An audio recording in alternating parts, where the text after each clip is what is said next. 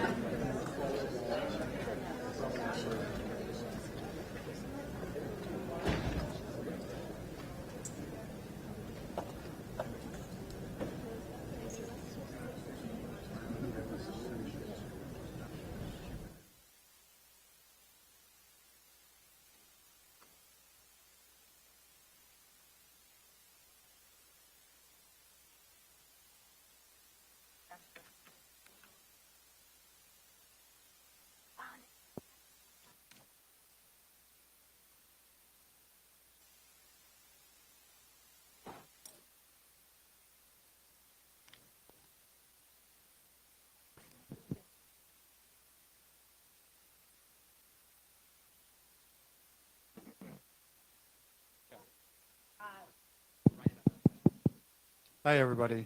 For the purpose of this session, if I can just, so you understand that much of the discussion will be happening across this table in the middle here.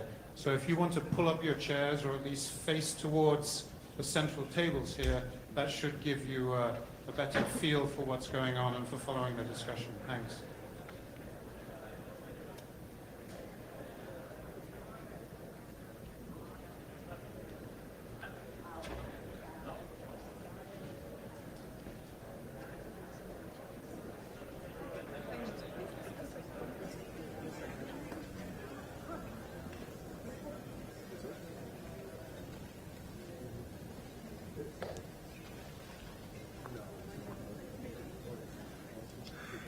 Okay, I think we're going to start.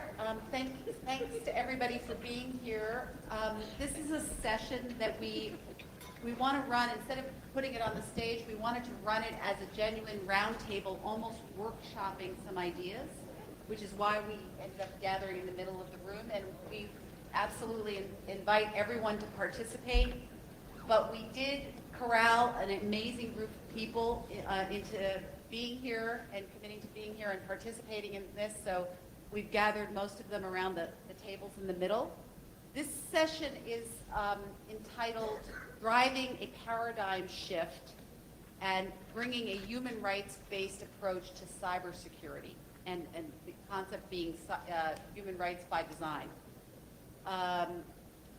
We are going to focus on some recommendations that have been developed by the Freedom Online Coalition working that the particular working group is it's called Freedom and Security. It's basically intentionally trying to bring together human rights and cybersecurity.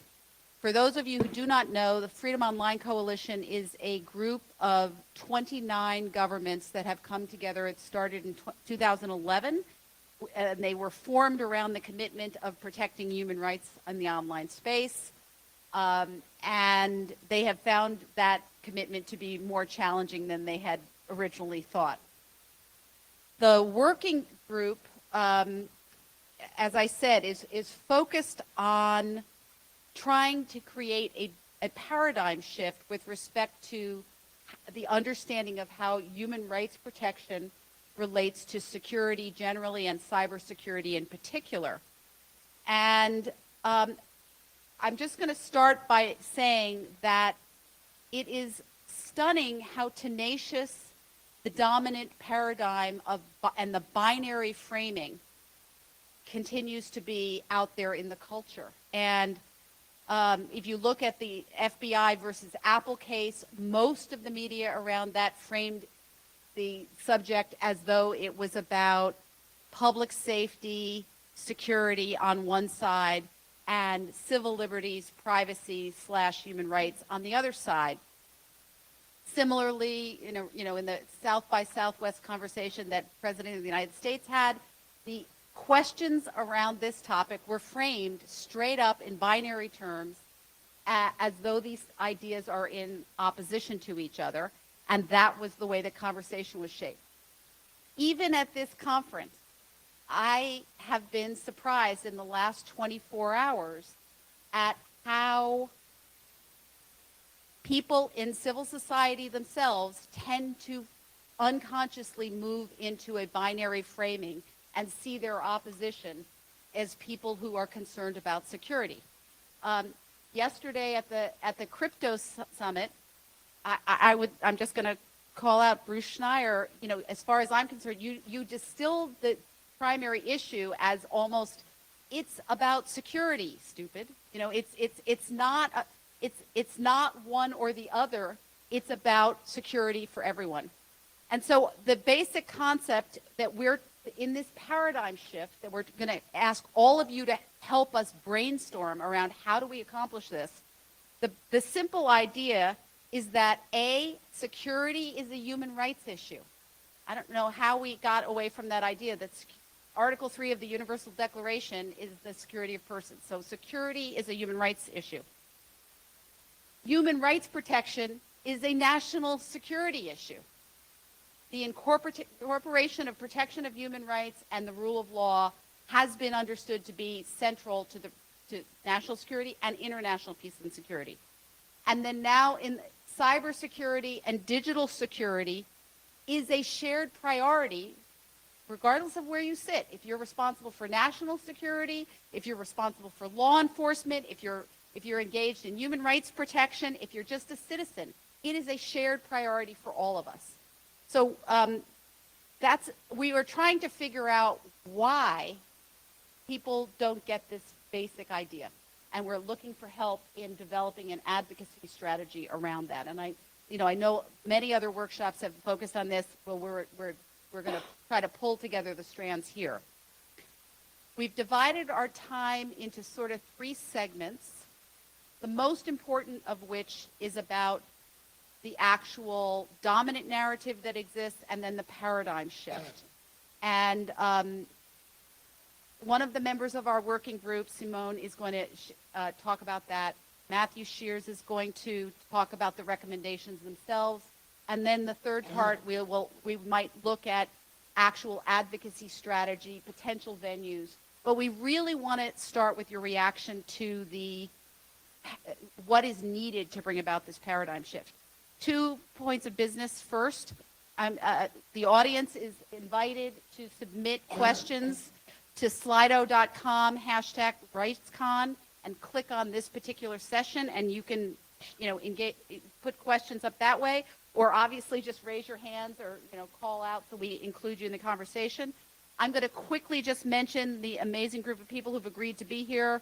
So to save time, Richard Arbiter is the Director General of Freedom and Human Rights Global Affairs in the Canadian government. We have a mixture of multi-stakeholder people. We have Ron Diebert, as everyone knows, Professor of Political Science and Director of Citizen Lab at the Monk School at University of Toronto. Simone Halink is from the Dutch Ministry of Foreign Affairs, also a member of the Freedom Online Coalition. Alex Keller is a systems engineer and security lead at the Stanford School of Engineering. Mallory Nodell is a communications manager at APC, also a member of the FOC working group. Judith Lichtenberg is Executive Director of GNI, Global Network Initiative. Rebecca McKinnon is Director of the Ranking Digital Rights Project, and among many other things. Brianna Peppercorn is a Cryptography Fellow at Stanford Center for Internet and Society. Chris Riley is a Senior Policy Engineer at Mozilla. Bruce Schneier, cryptographer, fellow at the Berkman Center, and many other things. Nico Sell, founder and co-chair of Wicker and CEO and co-founder of Roots Asylum and the Wicker Foundation. Matthew Shears, Global Internet Policy and Human Rights Project at the Center for Democracy and Technology. And then Bernard Shen is Assistant General Counsel at Microsoft.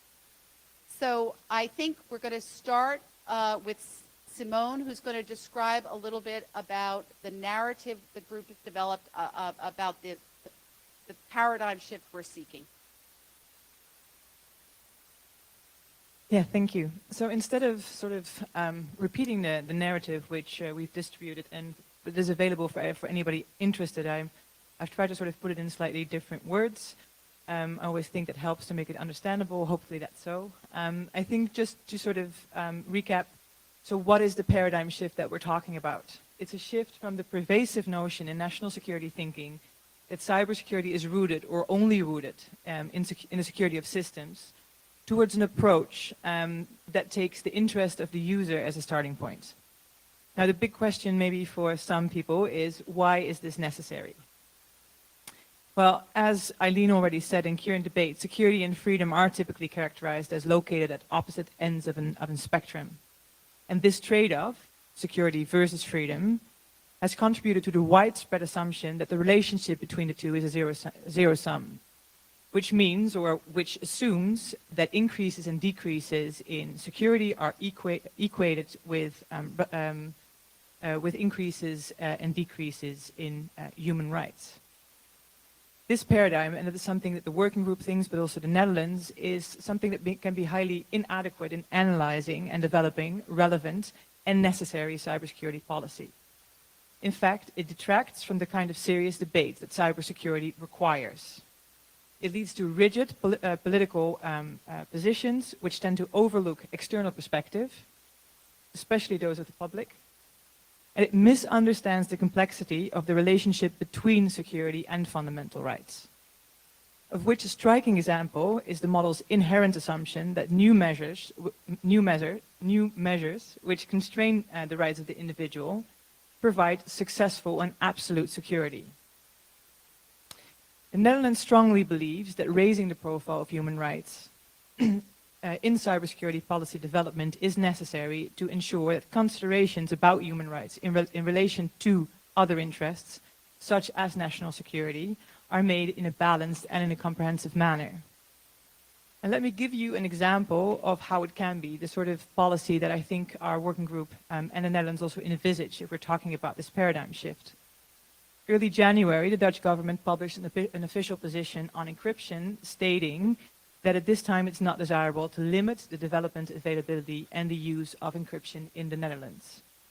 This position is the outcome of careful considerations of all relevant interests. So it means security from different perspectives, human rights and economic interests. And it's done against the background of the complexity of the issue from a policy and from a technological perspective. Essential to the decision is that currently there are no options in a general sense to weaken encryption products without compromising the security of digital systems and its users. So I think I can say from experience that achieving this paradigm shift is definitely possible, but it isn't easy. It requires a lot of debate, it requires building trust and an incredible amount of hard work. And so that's why events like today are essential and vital to keep this discussion moving. So thank you for being here. So we just want to start the conversation right there and basically ask the participants and anyone else in the audience interested, what do you think about this narrative about why this paradigm shift is necessary? any ideas about how to accomplish it? And basically, what are the barriers? What are the barriers you see? Why do you think it hasn't become obvious to the public, to policymakers, and even members of civil society or those involved in security in one dimension or another? Why isn't this already the dominant paradigm? What's blocking that? And I'll ask, off the top, start with Ron.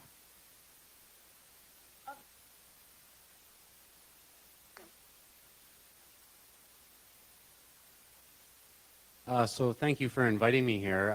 I used to be the co-chair of this working group until they kicked me off the island, which I'm still bitter about. That's a joke.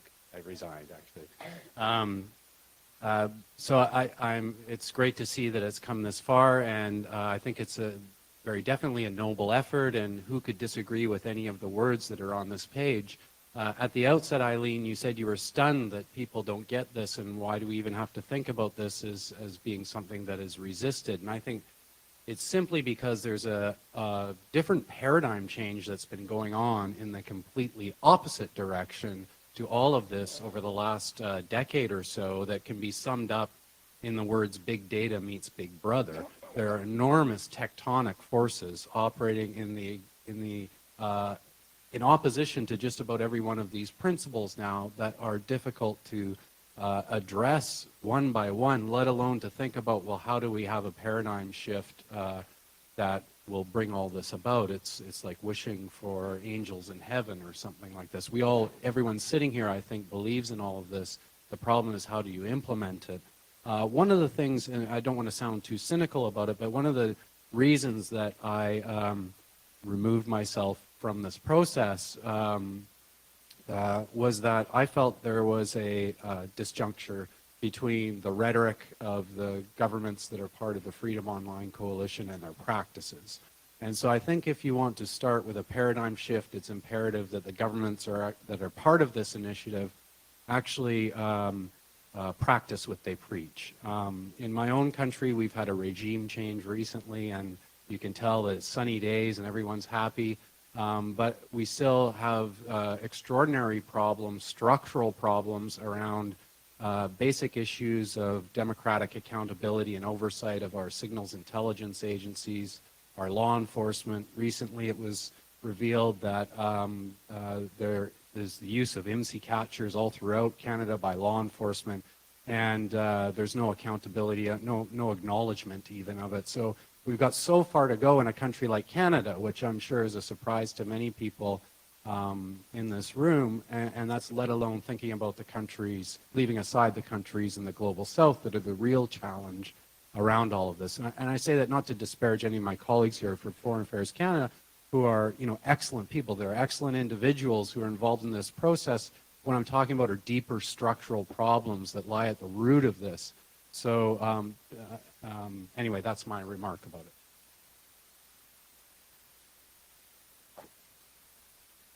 Chris Riley, I'll restrain myself. I'll come back to a question for Ron. There are more microphones. Chris Riley with Mozilla here. So I would say one of my occasional hobbies is in cognitive framing, and I wrote a paper once where I sort of postulated a very basic algebraic theory of how language influences the way that people think about concepts in technology and the policy space, which cybersecurity is very much at the intersection of. And the starting point is most people who experience this don't understand really the depth of how it works. And so they're sort of susceptible to being influenced by the way that they read about it, by the language that's used to describe it. And what we're talking about here is a paradigm shift, and language is a big part of that. And what we're up against is an enormous amount of money that is supporting an alternative framing instead of language around it. Right? I talked about this a little bit in a session in this set of topics yesterday morning.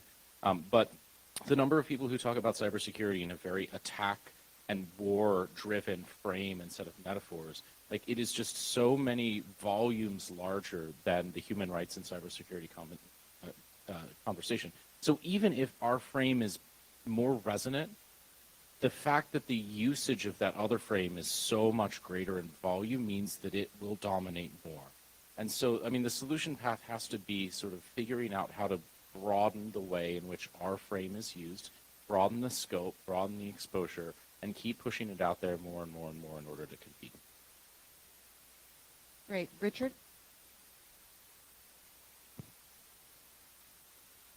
Thanks very much, and thanks to Ron for being kind to folks from this government. I think you can break down the problem in three ways. I think you can break down the problem in three ways. There's a global discourse issue, there's a policy issue, and then there's an implementation issue.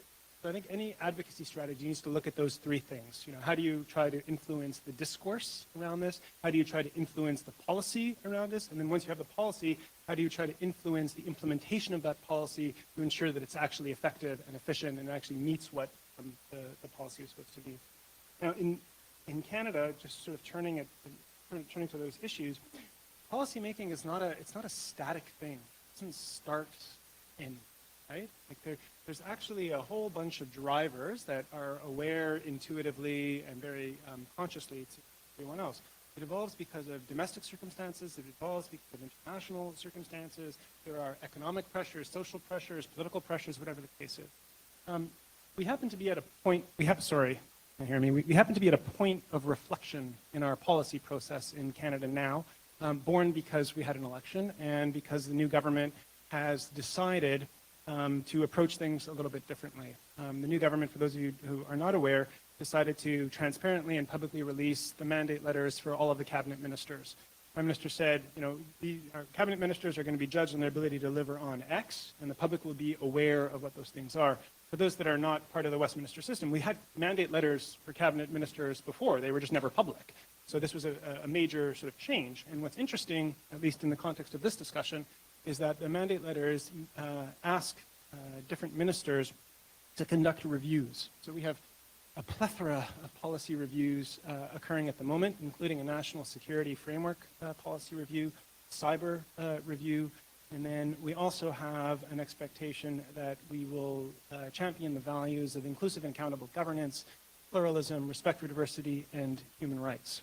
Now, each of those reviews include an expectation of public consultation.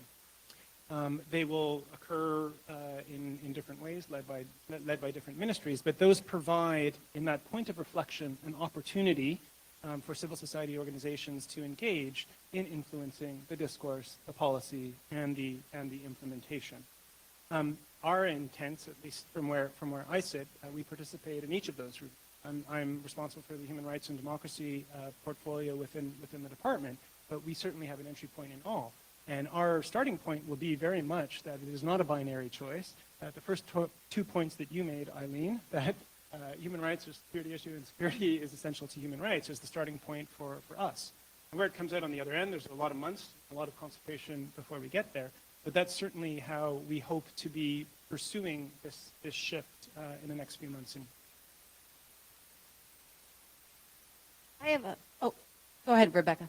A follow-up.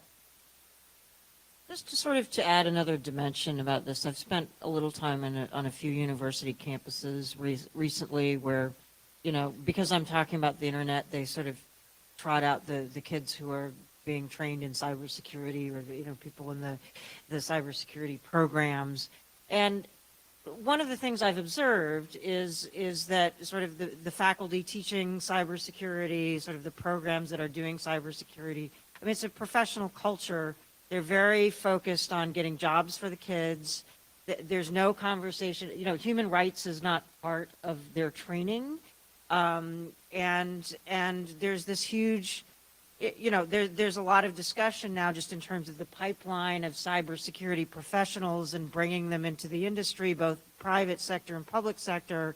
And in terms of how that education is put together, I think there may be some questions to be asked about, you know, what's being taught and the values that are being taught, and the responsibilities that are being discussed. And you know, there's recently there's a lot of discussion about diversity in cybersecurity, which is good for obvious reasons. But maybe there also needs to be some discussion about just what is actually being taught and how is it being taught. and are things being put in the right context? Because part of the problem with the framing is that there's this huge professional community who are trained to think about cybersecurity in a particular way. And, you know, when they come across somebody kind of like me talking about internet and human rights issues, it's sort of like they don't even want to start the conversation because they feel like I'm just going to criticize them, you know. And so kind of how you get beyond that, even if that wasn't my intent, but that it sort of immediately kind of everybody gets defensive. Just like the prototypical, it's the binary framing right there. The operating assumption, if somebody's coming from a human rights point of view, they're there to criticize you. You know, and that they're not talking about security. So, Bruce? I think we have a big problem that almost fundamentally human rights, not human rights, but the infrastructure technology of human rights is counter to the business models of the internet. And whether it's surveillance being what everybody wants to do, or shutting down trolls on Reddit is counter to their model of getting these people and showing them ads, that the things we want companies to do, they don't want to do for business reasons. And sometimes they do it grudgingly because of the PR.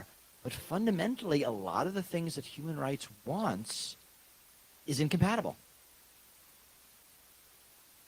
I would agree that that was true the last decade. I don't think that that's going to be true the next decade, because what we're seeing now is that corporations holding this data are, are gone, right? With one breach. I mean, $1 billion company is no longer, right? And we're going to see Ashley Madison. Uh-huh.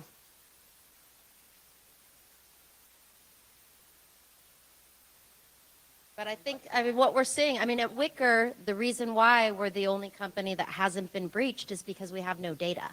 And that's the other side of it, right? And I think you're going to see more companies doing that over the next decade, and those are the ones that will survive and make money off services. I'm sorry, I just don't agree that that's the trend line here, because the way that I see it, you look at the next wave of users are coming not from the United States, and they're not necessarily purchasing your products or using your services. They're coming from China, from India, and what we've seen, at least based on our research, looking just at, to take one specific example, mobile browser applications, the privacy and security vulnerabilities that have ripple effects to hundreds of millions of users. And it's precisely what Bruce says here. This is the business model, collect it all as much as possible, and that's combined with this mass surveillance regime that will be very difficult to reverse. I could keep going on and sound very cynical about it. I think there are good opportunities to, as Chris points out, broaden the discussion and so on. But really, you made a very important point right at the beginning about power and the differences in resources. And so it's one thing to be able to have a collective of people who all agree on the same terms, but how do you actually change practices? And that's a question of power. And I'm not sure exactly how we do that in the short term anyway. Alex? Thank you. I wanted to add on to the point about how we're training the next generation in cybersecurity. I recently led a Stanford team to one of the larger cyber competitions. And these are the people that are going to be tackling these problems. It's not going to be us that solves this. It's going to be the next generation. And those competitions are dominated by multi-billion-dollar defense contractors and government agencies. And the training is absolutely fantastic, and the environments are fantastic, and it is so much fun to see them just get so involved. But there's no context for human rights or a social context or a compass. It's completely devoid of that, and we need to get those people involved in this conversation. If I look around the room, I think I've probably seen 2 people under the age of 18 at this entire conference. And the median age is pretty young, but not a lot of undergrads here. Those are the folks that we need to get involved in these discussions. Thank you. So there's a lot of overlap in, Chris brought up the role of language, Richard brought up discourse in government policy making, the tracks that pre-exist. Rebecca, you brought up, silos in education and terminology, and they're trained to think a certain way. I want to go back to where Ron started, and then where I guess Bruce took us on the relationship between big data and Big Brother on the government side, and then the monetization of data as the dominant business model. Is there a scenario, in part because of the younger generation, new generation coming up with increased sensitivity about privacy and wanting to protect their digital stuff, that we may get a paradigm shift because of this generation thinking about their digital stuff differently?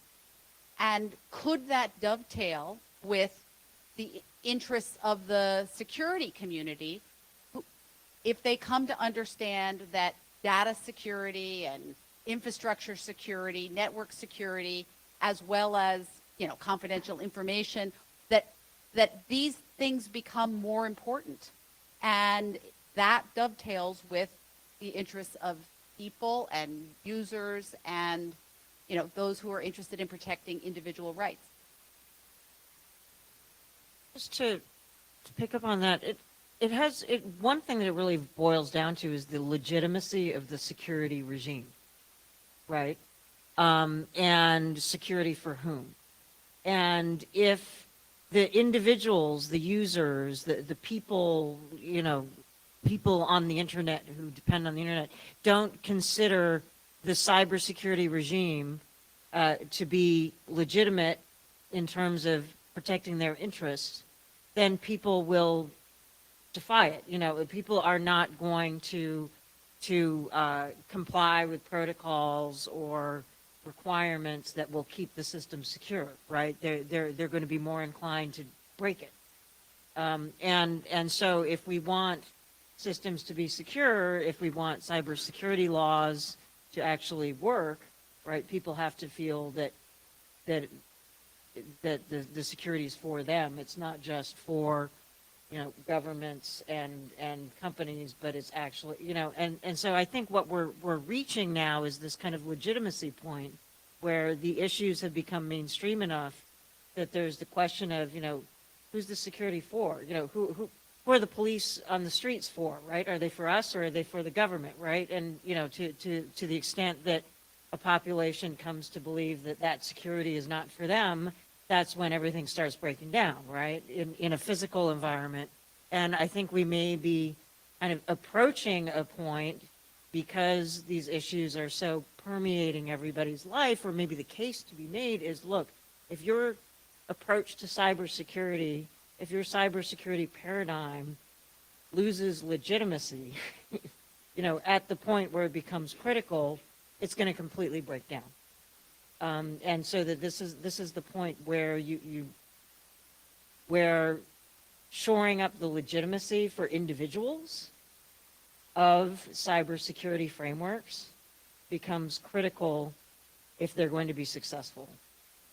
And this is the moment where that needs to happen. And maybe that's sort of the case that needs to be made to the whatever the cybersecurity community is. I mean, there's not one community, but people, those either government agencies or people,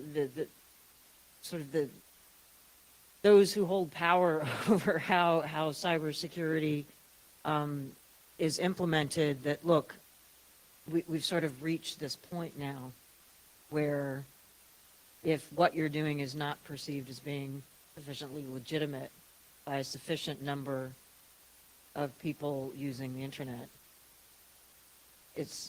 you will fail anyway.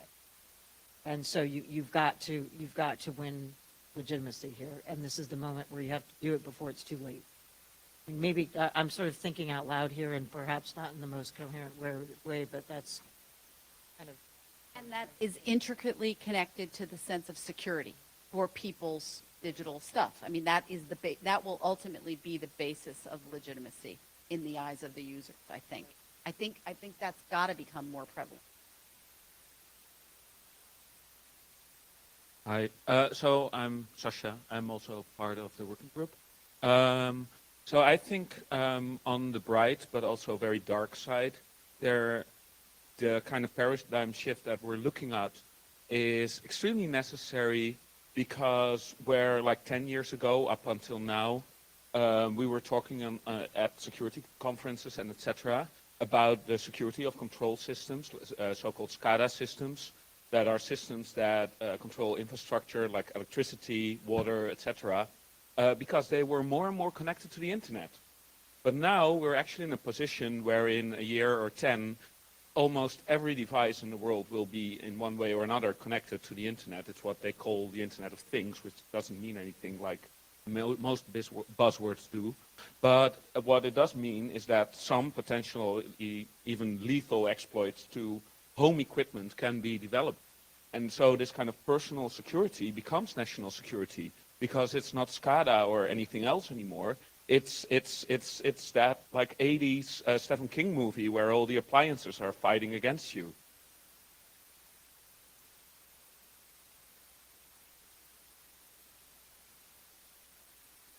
So just to turn it to a more optimistic view, just picking up on one area.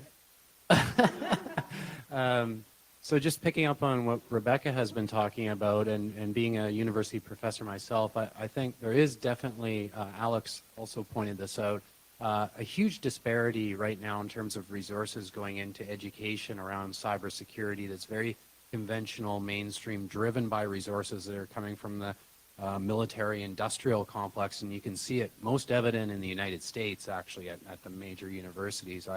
I was just at a cybersecurity conference in Draper Labs at MIT, and wow, that's an amazing place. I wish I had, 1/1000th of the resources at Citizen Lab that some of these centers have, but we don't. And there are very few organizations like Citizen Lab, but that's an area where I think there could be some scope for positive change is to build out centers of learning and education and research that are interdisciplinary, that encourage this type of perspective across the board, mixing legal with technical research. We feel that we're doing that quite well, but we're a very small group in a small community. There are very few other academic centers like that, and I can name on one hand the other ones. That's something that actually governments can help proactively with. But again, I'm sorry to end on a pessimistic note, but the resource constraints are just so overwhelming in the other direction. Most of the justification for funding for education these days is about innovation, and innovation is about jobs. And if you can't show, that you're going to put somebody in a position of employment, the investment is questioned from the outset. Somehow we have to change that.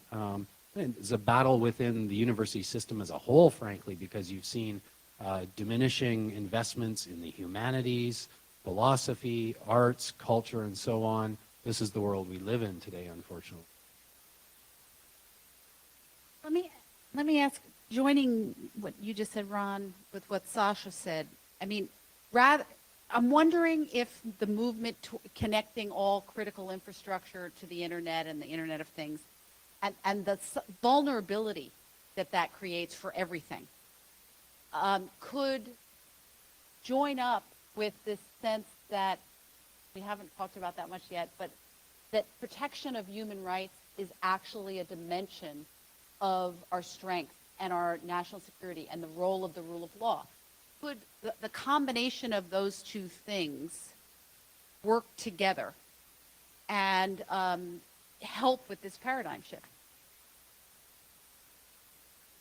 I mean, that'd be great. I think it's hard. I think we saw that in the Apple FBI case, that as long as surveillance is the fundamental infrastructure of the internet, it's going to be used for surveillance. So, I mean, I spend a lot of time talking about security as fundamental to human rights, to dignity, but it all pales when someone blows up a school bus. And this is hard. The paradigm shift is hard because fear wins. We have to be stronger than that. I've been trying to push this for a couple of decades, and it's still hard.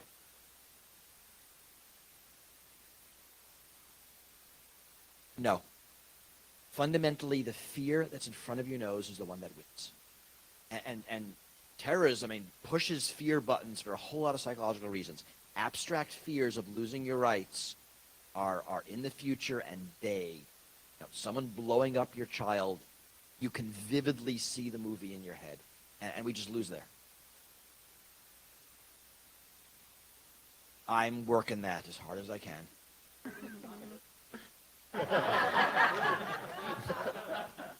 We call that the demand side of cybersecurity. We don't. We do not. We do not. I do not say that. I take that back. Actually, so Rihanna, and then we're going to ask the audience, because then we're going to shift to the second part about the actual recommendation. I think there's a common thread running through a lot of what we've been hearing in terms of combining together the framing that we've been talking about based on fears and attacks, and a lot of the funding and traditional infrastructure and basis of cybersecurity concerns coming out of the defense and military quarter, contributing to a fundamental problem that we see in human rights, a lot of othering and the security for whom question, where if we were to recognize that, I think that the cybersecurity realm is equally amenable to looking at how security for, maybe first world versus second or third world countries tends to rely on actively undermining through military methods those particular other countries, when in fact we undermine our own security by having undermined the security of other countries. There's, we've set up this cycle rather than saying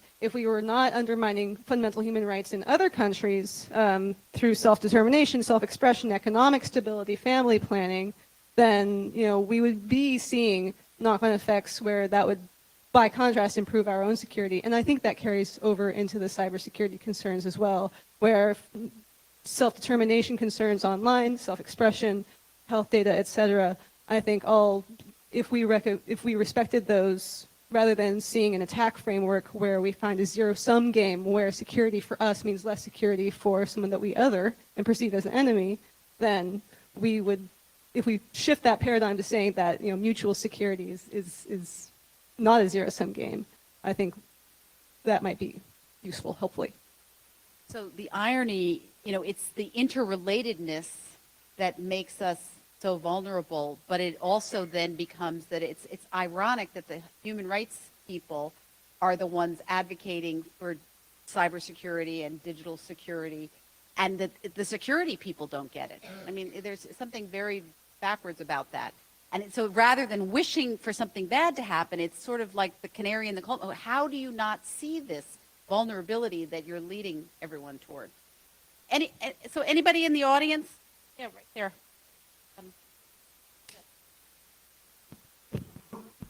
Hi, I work in an ethics center, so this is going to sound self-serving. But when Rod, I'm sorry, when you were talking about needing the kind of educational multi-perspective training that would involve, cybersecurity and law, I thought law is not enough. Because first of all, you always hear about how law is not keeping up with technology. And then in national security and law enforcement, law favors all those, there are exceptions for all of those.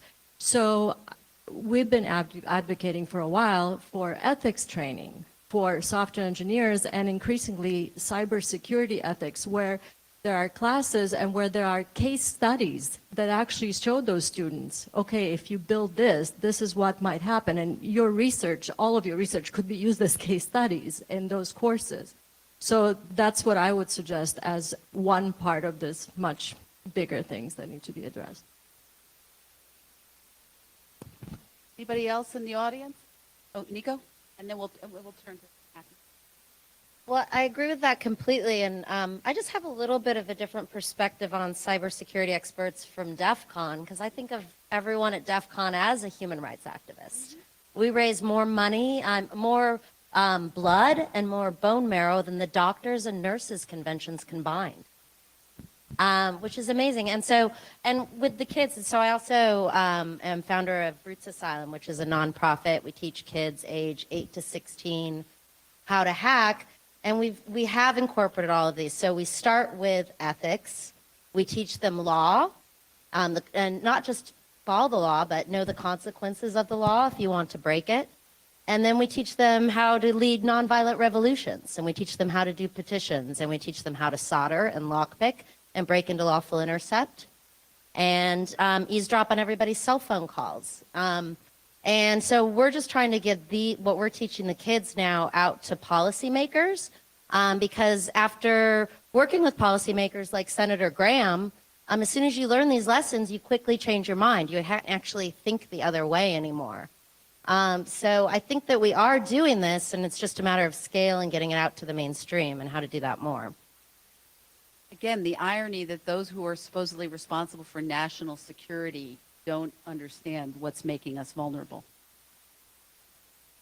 That's a very good point, and I agree completely. And I think if we're looking to create eventually a paradigm change, which in reality is going to take several generations to unfold, you're actually talking about a group of people worldwide coming to believe, as when the question security for whom, they're thinking about security of users regardless of national jurisdiction, who care first and foremost about the protection of their information ecosystem as opposed to their national jurisdictional territorial space.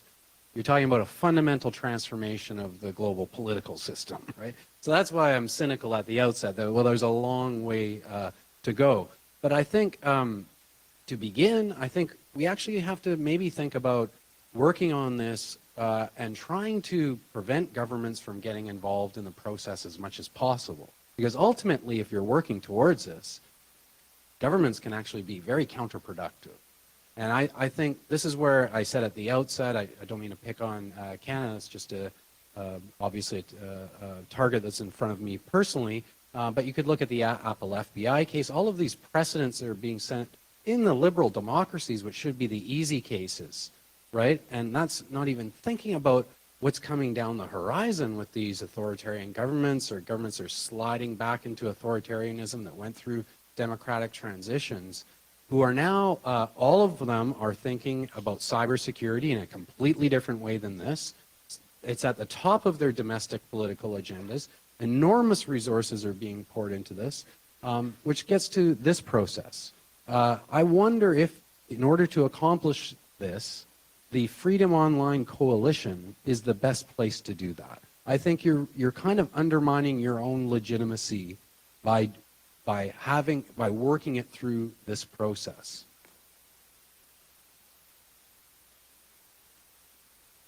On that happy note, I'm going to turn to the second segment, which Matthew Shears will start talking about the actual definition and the recommendations themselves. Thanks, Eileen. I think what I'm going to do is take a step back and just outline a little bit the work of the working group that's done so far, so that you understand the tools that we've also developed to bring about this paradigm shift.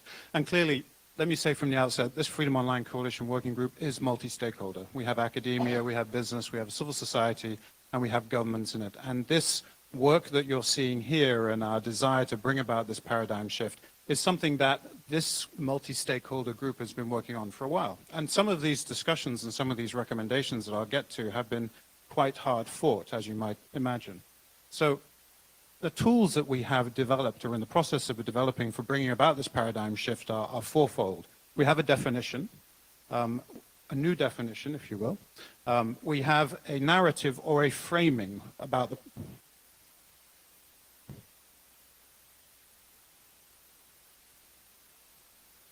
I'll read it out in a second. So we have that narrative, which is a little bit what we've been talking about so far and which we'll make available.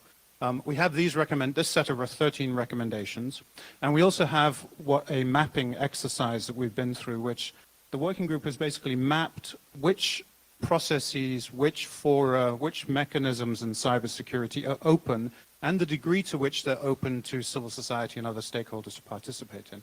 So those four tools, if you will, are things that we've been developing to bring about this paradigm shift. So the first was the definition. So the idea of this definition is, first of all, there are no kind of generally broadly accepted definitions of cybersecurity, with a whole range of definitions of cybersecurity. So in an effort to try and bring this back to the security of the person and to human rights, this is the definition that the working group came up with. So I think everybody can see it, but just in case, the preamble says international human rights law and international humanitarian law apply online as well as offline. Cybersecurity must protect technological innovation and the exercise of human rights. And the definition reads, cybersecurity is the preservation through law, policy, technology, and education of the availability, confidentiality, and integrity of information and its underlying infrastructure so as to enhance the security of persons both offline and online and offline. And you'll note the specific reference to enhancing the security of persons. And that is quite a different type of definition of cybersecurity than you'll typically find. So that definition then underpins the 13 recommendations that we have. And these are recommendations that, I'll just read the first two, which you can see on the screen. First one reads, cybersecurity policies and decision-making processes should protect and respect human rights, period. The second one reads, the development of cybersecurity-related laws, policies, and practices should, from their inception, be human rights respecting by design. And I'll read one more because I think it's interesting to show how we've taken it both from the policymaking and from the response and the threat and response to threats. So number 6 reads, responses to cyber incidents should not violate human rights. So these are pretty fundamental but pretty strong recommendations that we have here. And the reason for us developing these recommendations really actually comes back to a fear and a concern that when it came to policy making in the cybersecurity space, addressing human rights came as an afterthought, or it would be a paragraph in a policy or a framework, or it would be an impact assessment that came after the policy had been developed. And what we're trying to do here is actually say, okay, as a part of this paradigm shift, let's get human rights, respect for human rights, right up front in policy making, and ensure that throughout policy making and threats to cyber and threats to responses to cyber threats, that we really have this commitment to human rights from the very beginning. So that's the framing for these recommendations. That's the intent behind these recommendations. And if you could scroll to the very bottom, we go from all the way. We talk about capacity building as well, which we've touched a lot on in the first session. So with that introduction, hand it back to you, Eileen. So, we're open to reactions to the actual recommendations themselves, in particular ones Matthew just read out. But I think it also brings us back to the question of, is this a useful tool? I mean, is creating a set of recommendations like this a useful tool as part of this paradigm shift? Do they have the opportunity to influence discourse, especially for policymakers in government?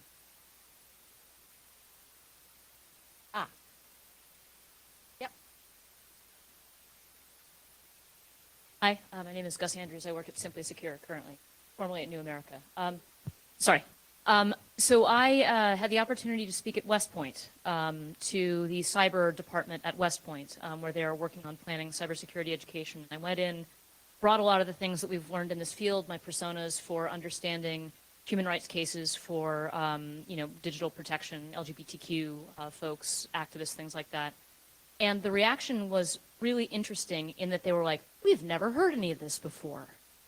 And I sort of went, well, mostly I was just sort of cribbing a lot of stuff I read in Harper's Magazine. If you just read a different thing. But that's the thing, is we have these very, very different discourses going on. And it feels like because the military is very definitely spinning up its own, cyber departments, unless we get in there, we will be missing a massive part of this discourse. And so I'm sort of wondering how we do that. And I should go back and talk with the cyber department some more because there's an opening there, but we'll see.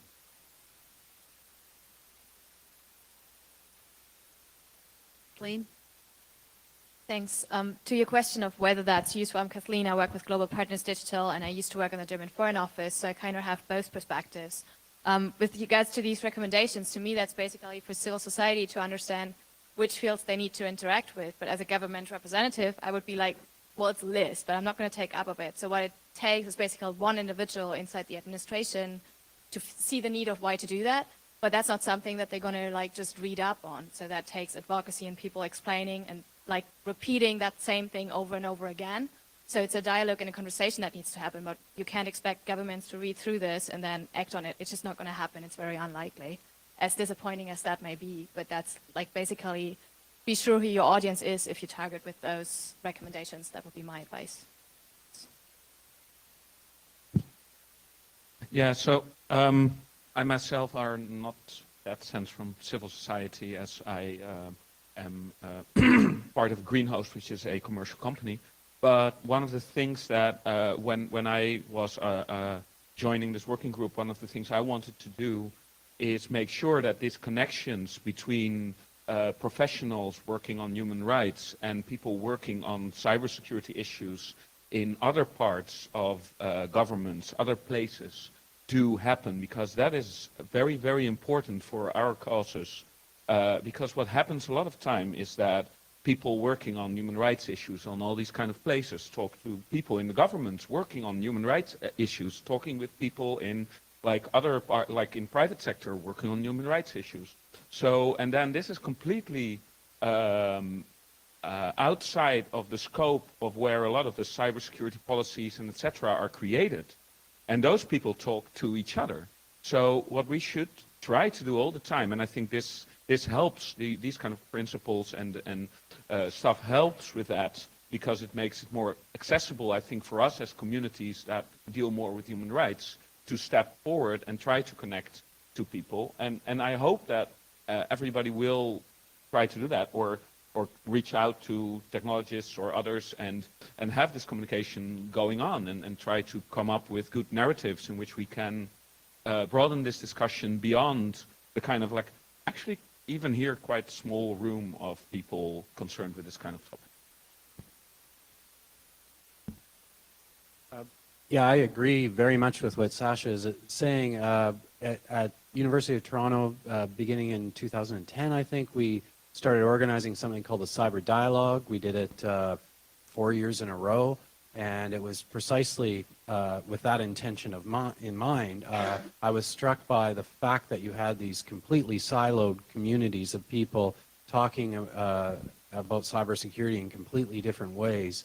So maybe one productive thing you might want to do is think about proactively organizing this type of thing. Even in the international cyber venues, you do have a bit of a disconnect. It's maybe slightly less so, although I haven't been following that closely. You had the London cyber process, which is very much a kind of hardcore cybersecurity track, and then you have the FOC, which is more of a human rights track.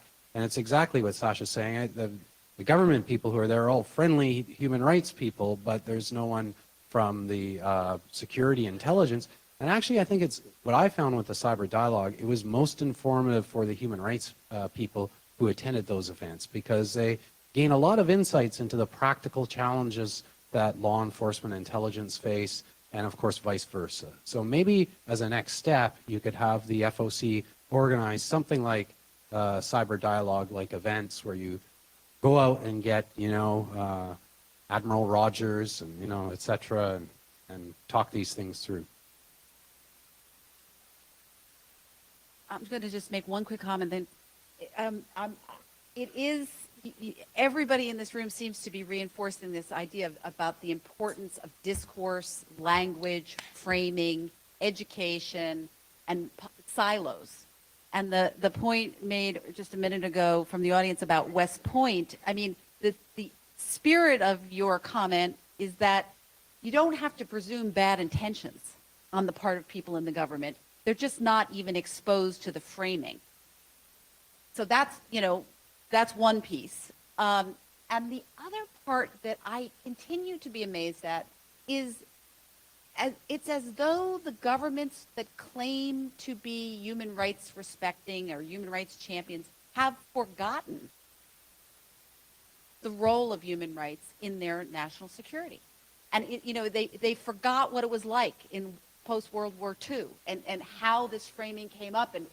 And I wonder, in the context of the rising threat of terrorism, they want to differentiate themselves from ISIS and terrorists. Well, this is it. We have democratic accountability. We believe in the rule of law. We protect human rights of our people. And that is a differential strength. And yet that is not, it's sort of evaporate. It's not present in so many of the cybersecurity the conversations of those who are responsible for that. That this is going in. I appreciated Kathleen's comments and Sasha's and Ron's that followed. I'm the guy who first started talking about language, I think. So I see the value in these as a set of language that has a diverse set of stakeholders and interests that have all generally agreed to them. And that, I think, is the root of the power. But we have to build it out from there. We have to get it into West Point. But it shouldn't be Gus who has to do that, right? It should be the government representatives that are involved here, disseminating it throughout government and throughout the different voices, and using this as a way to tie the different strands of these different governments together, many of which instinctively get this, others which don't think about it because it's not something that's brought up.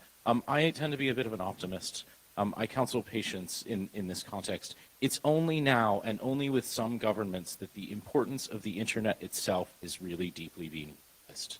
Like, it's going to take a while before we can drive home the idea that not only do you need to get the internet and cybersecurity, but you need to get human rights as a fundamental component of that in order for your engagement with cybersecurity to be seen as legitimate by your constituents. And how long that takes is up to those of us in this room and how effective we are at advocating and establishing and carrying that message. Why don't we there? Oh, great.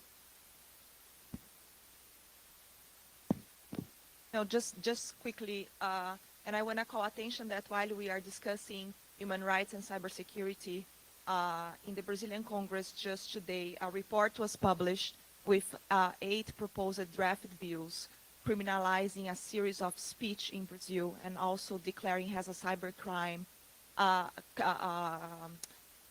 things that politicians would consider against their honor. And let's not forget that most of them are implicated in corruption right now. Another thing that the bills bring is that 10% of Fistel, which is the fund that we have been fighting for decades, should be used on broadband development. The politicians want now 10% of that fund to go into cybersecurity infrastructure on the police level. So I just want to say that while we are discussing this here, something really bad is happening in Brazil and crumbling all the fight we had for Marco Civil.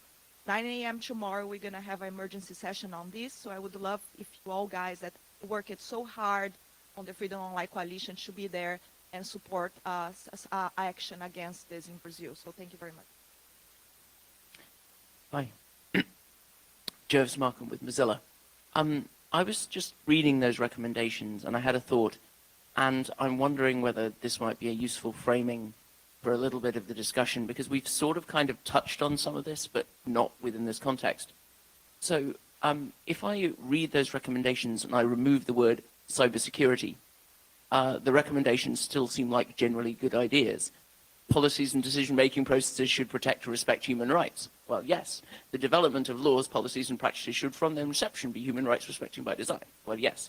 Okay. So then the question is, what is, if anything, is different or unique about cybersecurity when it comes to persuading governments that human rights are important? Is it a question of the fact that the governments do not generally sufficiently consider human rights within all of their policy making, or is there some particular thing about cybersecurity? Because I think if that is true, and if we can put our finger on that, we might go a long way towards diagnosing the actual problems that we're trying to solve, if we can see what the difference is between the problem we have to solve and the problem anyone else who wants the government to respect human rights has to solve. Quick reaction. This is how I understand it. I think that's a great question, and I think that bringing in technology, digital technology, has just taken a problem that previously existed and exacerbated it. So I think in many respects, governments in all policies have lost touch with, even those in the Freedom Online Coalition have lost touch with the relevance of human rights protection in their policies and in a security context. You put it in a cyber context, and it's that much more removed. It's a bigger abstraction. There's a higher threshold for even engaging in those policy conversations, and that's the real risk. It's going to exacerbate that trend line. Yes. Exactly. So on top of it is this whole idea of secrecy as inherent to intelligence work, and that the digital information is the material of intelligence. Right here, right here, right there. So the first session, the first part of this session was about framing, and it seems the second part of the session is about tactics, right? And the tactics are think around the message, the audience, and who's best to convey the message to the audience. Ron asked a question about whether FOC was the best mechanism to be taking this forward. I don't know that you have to have a mutually exclusive approach to this kind of thing, where you say it's only one or not the other, or these guys or those guys, or that kind of thing.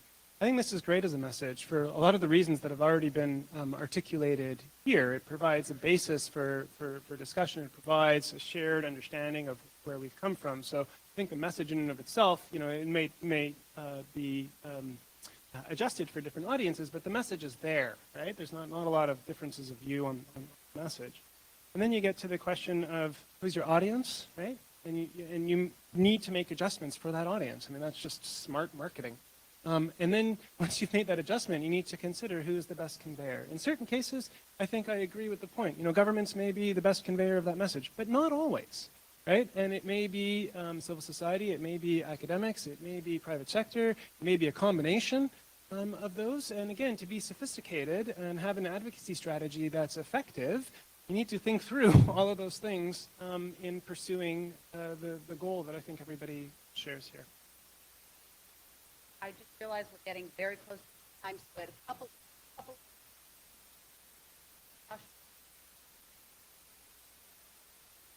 So, very shortly on that, I think if we talk about these kind of things, yes, sure, you're completely right about how cybersecurity here is a kind of like, yeah, well, you could remove it and it still makes sense, right?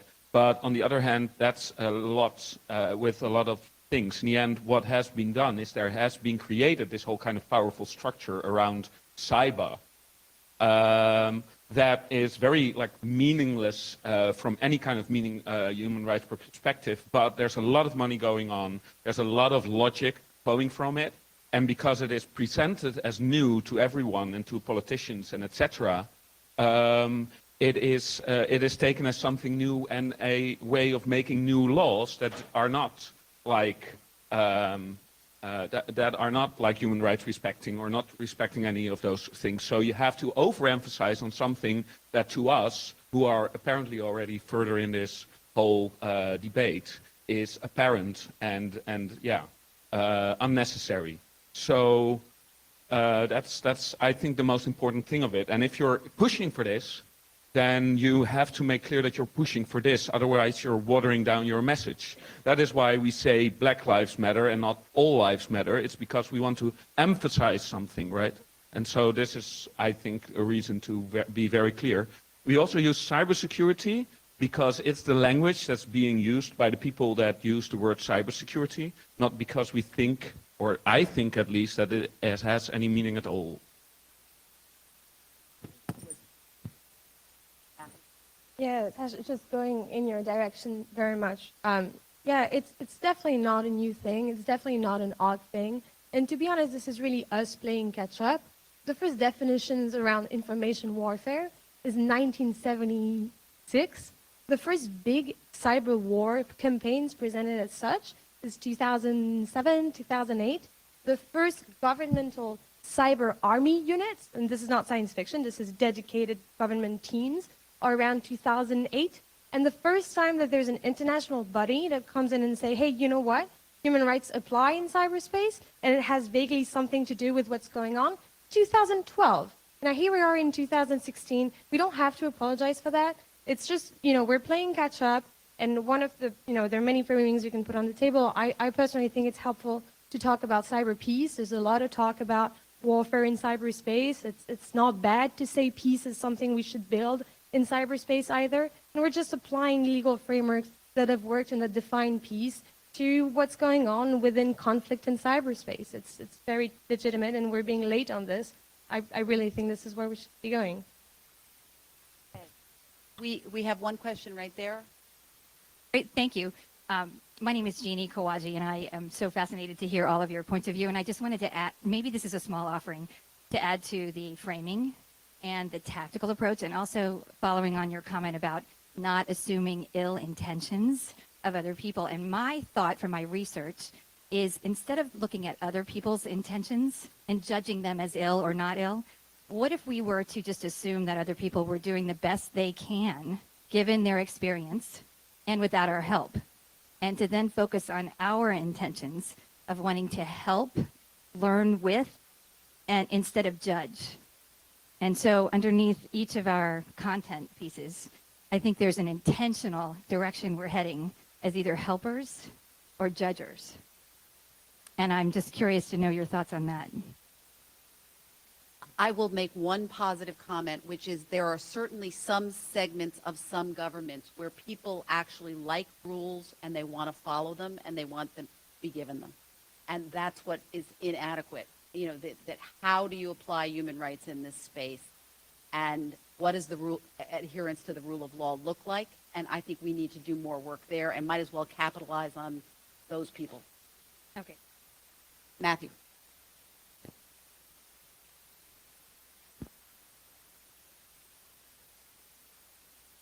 Discussion. There we go. Had some great discussion around language. The other two terms that we've talked a little bit about is security and trust. I think one of the problems that we have is that we do not ask enough of our governments in terms of our participation as stakeholders in the policy development processes. At the end of the day, we are asking that these policy development processes be rights respecting by design. Now, many processes say policies in cybersecurity should be developed with all stakeholders. It's even the relatively conservative governmental group of experts says that. So maybe we need to be asking a little bit more of our respective governments. Let's get other stakeholders to the table when it comes to cybersecurity policy making. That, after all, is the way we get these human rights messages across. And I think that should be a goal for all of us. Thanks. We had a rapporteur. Mallory, do you want to sort of like do a core dump here? Summarizing.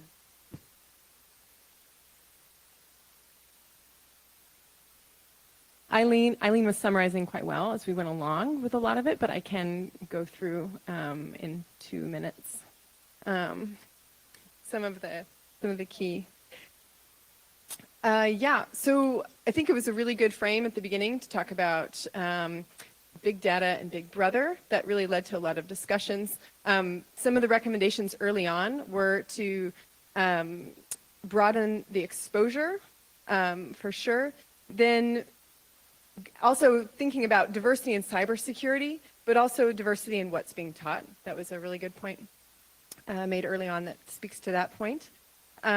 We talked about working at all levels. So there's the discourse level, the policy level, and the implementation level, which came up twice. There's a lot about power and trying to expose that, which was great, which is also related to funding. So there's an inequality in funding and resources for business. You know, we talked about it in different ways, actually. It came up as somebody highlighted talking about business models. Other people are talking about military resources. And let's see.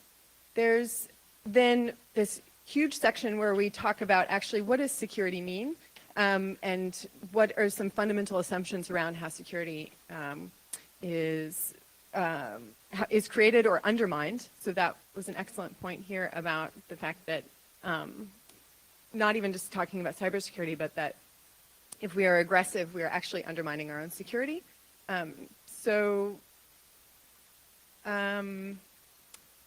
Also a point about ethics and law together and mixing the different stakeholders as well, which is kind of where we ended up. Sorry, I have a lot of notes. Yeah. Then within that mixing, within the multi-stakeholderism, within looking at human rights and security people talking together, to not be judgmental and to be in dialogue. And very strong point about trying to tease out what is unique about cybersecurity, to try to focus down our messaging so that we're not trying to solve all the world's problems at once. And I think I would like other people sitting around the table to add to that. I had actually a lot more notes than I was able to read through, but I'm worried about time. Yes, so we're at the end. All I will say is thank you so much. Conversation to be continued. I just want to emphasize the positive side, the suggestion that people are be proactive. You know, look for where there's all this funding happening. We should make sure that different stakeholders are in the room. And I would almost leave with look to the youth. Look to the next generation. That's one piece. But the other one, as I say, go to West Point. We should put pushing on open doors where they might exist and see if we can infiltrate there and remind people about core values that have been a dimension of strength. So, to be continued. Thank you all for coming.